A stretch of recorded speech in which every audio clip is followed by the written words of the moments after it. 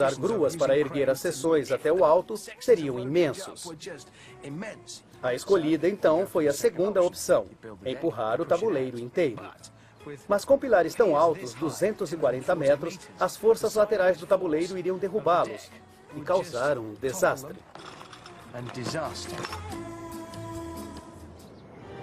Esta foi a solução encontrada, um macaco hidráulico especial. Ele usa duas cunhas gigantes. Uma desliza sobre a outra para erguer e mover o tabuleiro de aço sobre os pilares.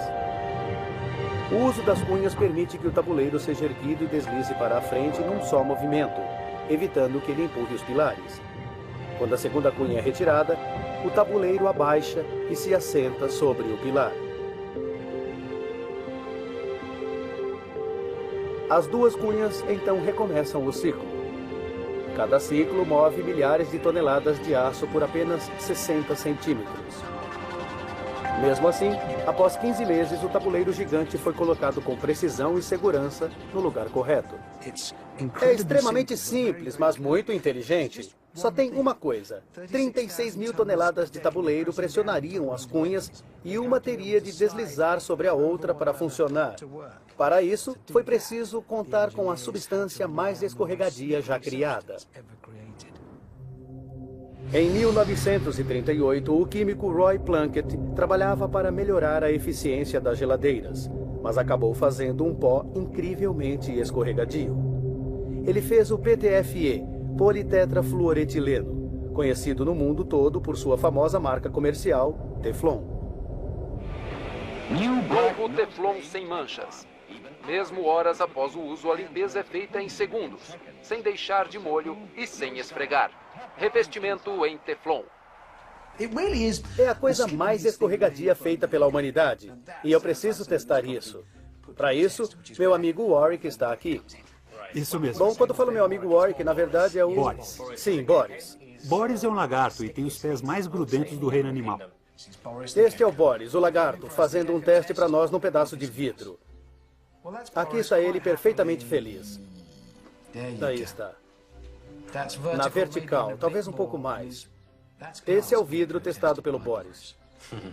Agora vamos testar o Teflon. Vamos lá. Vamos fazer o teste. Acabei de perceber que isso pode ser um pouco perturbador para o Boris, mas Boris não é nada disso que está pensando. Vamos usar a frigideira porque é revestida com um material. Não tem a ver com fritar você, entendeu? Desculpe, Boris. Eu não o culparia se saísse correndo agora. Vamos testar, então. Olha só isso. Obviamente, nosso material antiaderente passou pelo famoso teste do lagarto com facilidade. É a prova do Boris. No fim das contas, nosso testador com certeza diria que o Teflon é muito, muito escorregadio. Acho que precisávamos aumentar um pouquinho as coisas. Depois de iniciado o lançamento, não havia como voltar atrás. E o PTFE mostrou seu valor nas cunhas, deslizando o enorme tabuleiro de aço sobre o vale. Tudo graças ao maravilhoso produto antiaderente chamado Teflon, descoberto por acaso num laboratório. Agora os engenheiros tinham outro grande problema. Como construir os pilares mais altos já feitos, com precisão milimétrica, e cada um deles com uma altura específica. O mais alto desses gigantes tem 245 metros, o equivalente a um prédio de 70 andares. E os outros 6 não são exatamente pequenos. Todos precisavam terminar exatamente no mesmo lugar com precisão de milímetros. Isso só foi possível com a tecnologia dos jogos de guerra dos submarinos da Guerra Fria.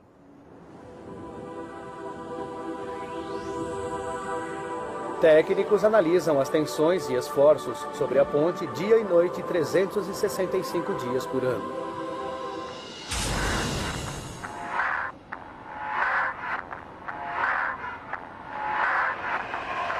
Esta é a sala de controle, onde atualmente câmeras e sensores monitoram o tráfego, o vento, a temperatura e a umidade. Mas quando a ponte estava sendo construída, o controle era mais rigoroso. A estrutura era toda iluminada por refletores para que os engenheiros pudessem acompanhar a construção e monitorar a situação exata da ponte. Cada pilar precisava ser erguido até um ponto exato no espaço, a centenas de metros do solo, para encontrar o tabuleiro horizontal a milhares de metros das extremidades do vale. Uma rede topográfica assegurou que encontrassem o ponto exato no espaço, com margem de erro de milímetros.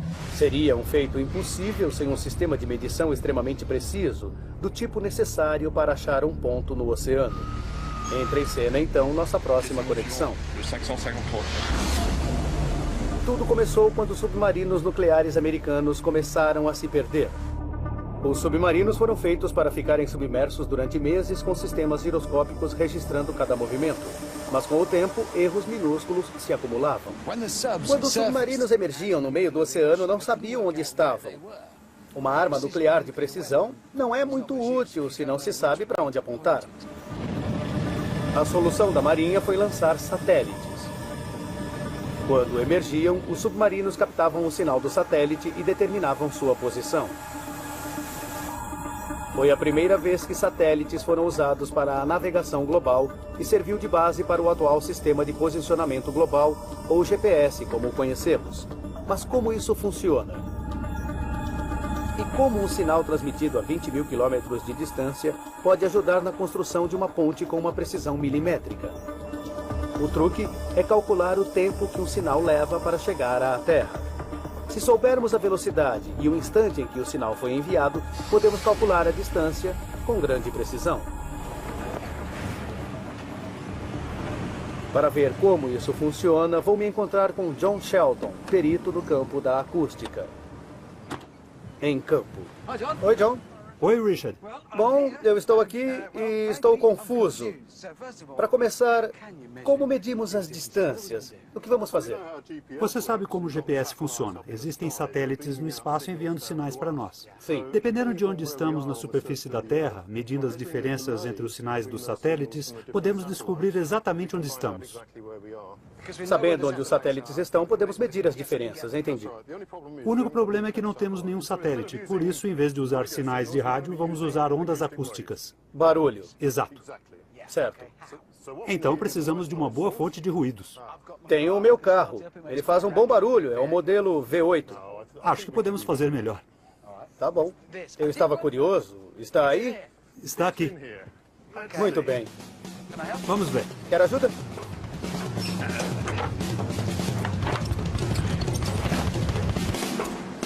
Faz mais barulho que o meu carro.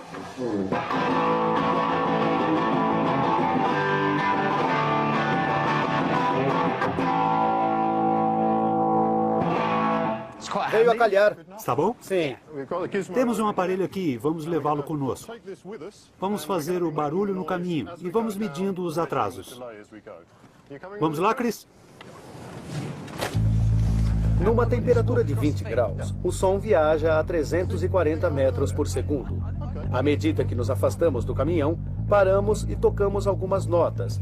E podemos medir, então, o tempo que o som leva para sair dos alto-falantes e chegar até nós. O computador de John usa essa diferença de tempos para calcular a distância. Agora! Muito bem, vamos tentar aqui. Vamos lá, pode tocar. De imediato, notei a diferença entre o momento em que Chris toca e que ouvimos o som. Vamos ver isso de novo. Chris toca as cordas e há uma demora até ouvirmos o som dos alto-falantes. Pode tocar. O sinal elétrico chega aos alto-falantes no instante em que ele toca, mas a música retorna pelo ar na velocidade do som. Quando estamos bem longe, o atraso fica bem evidente. O computador mede o tempo que as notas levam para viajar do caminhão A até nós B. A partir disso, conhecendo a velocidade do som, podemos calcular a que distância estamos do começo. Assim, meio segundo de atraso significa que estamos a 170 metros dos alto-falantes, nossa própria versão de um satélite de GPS.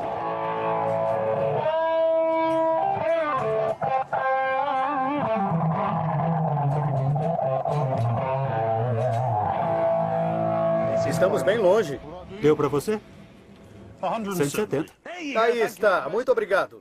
O que fizemos pode parecer estranho para quem está vendo dali, mas usamos um sinal para medir a distância. E não importa que sinal é, usamos o som, mas poderíamos usar qualquer coisa. Se soubermos a que velocidade o sinal viaja e soubermos quanto tempo levou para ir de um ponto ao outro, podemos usar essa informação para saber qual é a distância entre os dois pontos.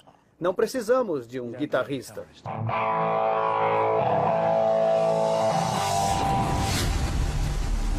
O sinal de satélite captado por um submarino nuclear contém dados sobre o horário e o local de onde foi enviado. Quanto mais satélites houver, maior será a precisão ao determinar a posição. Medindo-se a diferença entre o momento de envio e o de recebimento do sinal, podemos calcular a que distância estamos do satélite, exatamente como calculamos nossa distância dos amplificadores. Hoje existem 24 satélites de posicionamento global orbitando o planeta e enviando sinais para a Terra. Aparelhos de GPS usam o mesmo princípio, somente com maior precisão. Eles comparam a distância com 4 ou mais satélites para determinar a posição. Seu GPS pode determinar sua posição com uma precisão de 10 metros. É o suficiente para orientar o seu carro, mas inútil na construção de uma ponte, onde um erro de 10 centímetros poderia provocar um desastre. Os construtores da ponte fixaram receptores de GPS no tabuleiro e nos pilares para manter a obra na direção certa. O sistema usado era bem mais preciso que o do navegador de um carro, mas ainda não era o bastante. Pequenas variações na temperatura e esforços na construção poderiam tirar os pilares e o tabuleiro do alinhamento, e embora fossem guiados pelos dados